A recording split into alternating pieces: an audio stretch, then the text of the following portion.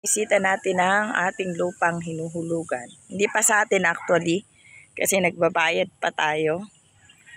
Yan. Tsaka tumingin na rin kami ng kawayan. Mukhang nasakop namin yung kawayan, kailangan namin para hindi na bibili ng kawayan. So, binisita na. Pahaba ba to?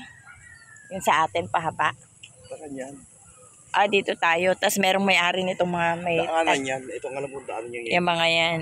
Right of way niya yan. So, parang ang siste, dito kami. Yan, sa may kawayan na yan. Pero i-develop pa nila ito. Hindi pa siya, hindi ko lang alam kung kailan. Dati siyang bukid. Dati siyang farm. Naalala ko dito kami ata nagnanakaw ng singkamas nung bata ako. So, pero maganda rin siya. Once na na-develop na ito, maganda. Maganda rin. Tapos dito may taniman. Piling ko pag na-develop na to, pwede ng taniman eh. Matataniman na siya ng gulay-gulay. Kung wala pang pantayong ng kung anong plano. Pero ang plano ko dito, sa lupang ito, patatayuan ko ng paupahan.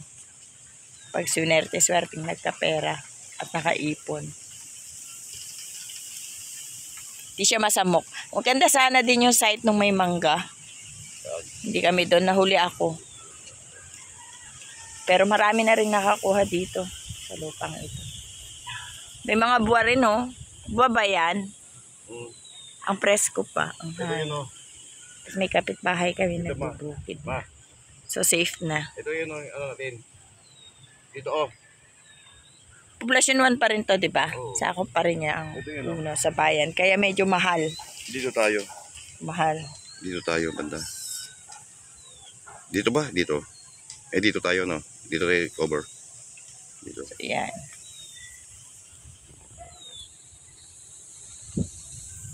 Ang aming buko rin, charot.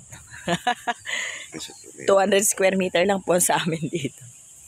Hindi po siya malaki. Pero mahal siya kasi nasa bayan, town proper.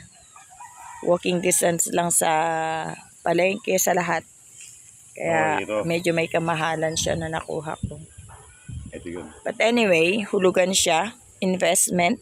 Hindi ko namamalayan matatapos ko yung 5 years. May lupa na ako. After that 5 years, madodoble na yung amount ng lupa.